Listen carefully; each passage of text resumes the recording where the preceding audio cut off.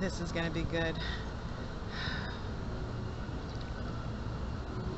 Hey guys, it's Soprano Musings, and today's video is going to be about the things that I miss about being in Thailand, living in Koh Samui for that blissful month that I had. Really, let's see, there are 6 things that I miss about living in Thailand. So we'll just go ahead and start down the list. Number 6, drinking in public. I miss being able to go to the Family Mart, grabbing a case or a single beer and drinking it down the strip. You don't really do that too much here in the States because you could get arrested for public drunkenness. So I had to walk from, after purchasing these, I had to go from the 7-Eleven to this area here. And it was about 5 blocks after it rained, and the humidity and the heat, and I was sweating, it was hot, it was gross. So anywho, here's to drinking in public.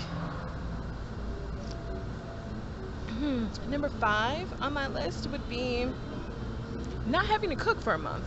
I didn't think I would like this one too much, but yeah, having to just get up, meditate, brush my teeth, wash my face, and go outside for about 500 meters to get breakfast, lunch, and dinner had become it slowly became one of my favorite things to do, and I miss it right now. It's so weird. I've been back in the States for what, 8 or 9 days, and I'm over cooking already. I'm so over having to go shopping to bring it in and to put it in the fridge, and I'm having to cook.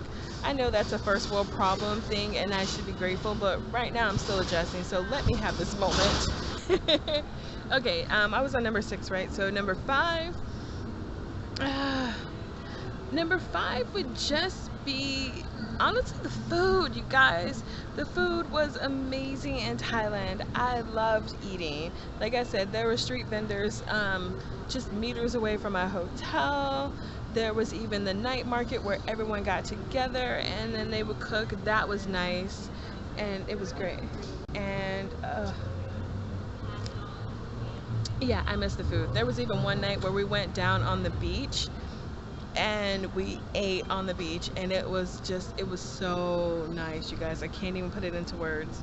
Number 5, so that would mean number 4. Number 4, what did I miss?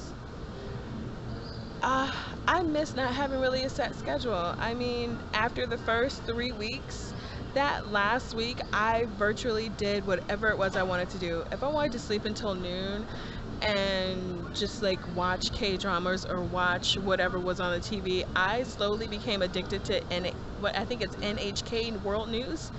I was watching that like it was a religion every day. I loved it. I love not having a set schedule. Now that I'm back in the States, I have to work and I have to hustle, make sure I can make ends meet before my next outing, and I miss having that week of where I did whatever I wanted to do, even if that meant nothing.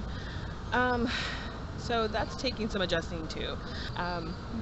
Number 2 on my list would have to be the hot men in short shorts. Just men in short shorts, honestly. That's my number 2. I miss seeing men wear short shorts.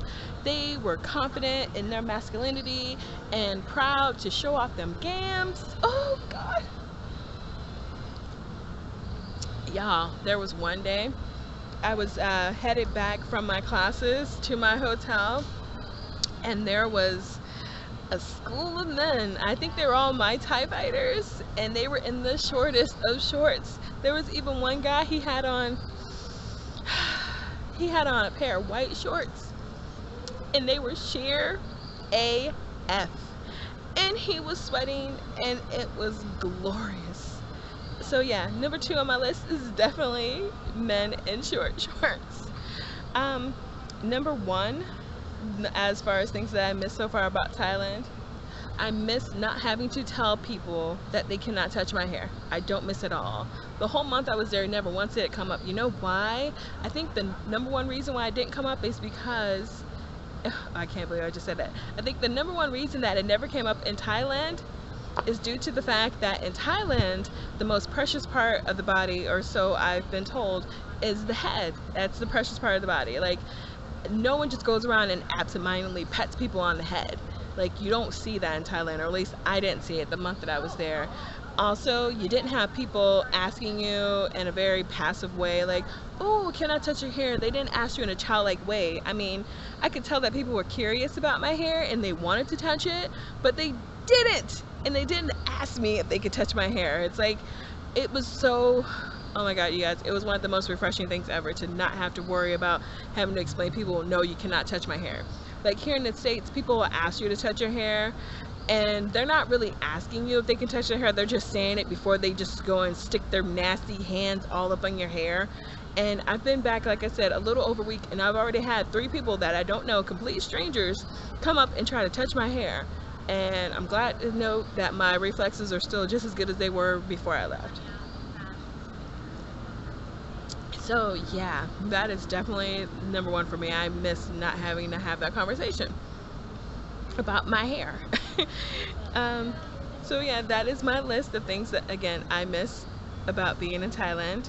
I am still working on my storylines for you guys, and I'm very excited to get them out. The first one will be up on the channel, I would say at least 2 or 3 days after this video makes it. So as always, thank you guys so much for watching. Please excuse the sweatiness, but like I said, it just rained here in Florida and the humidity is very real. So as I have wiped my face.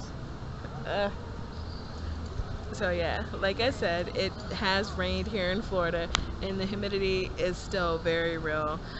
But as always, thank you guys so much for watching.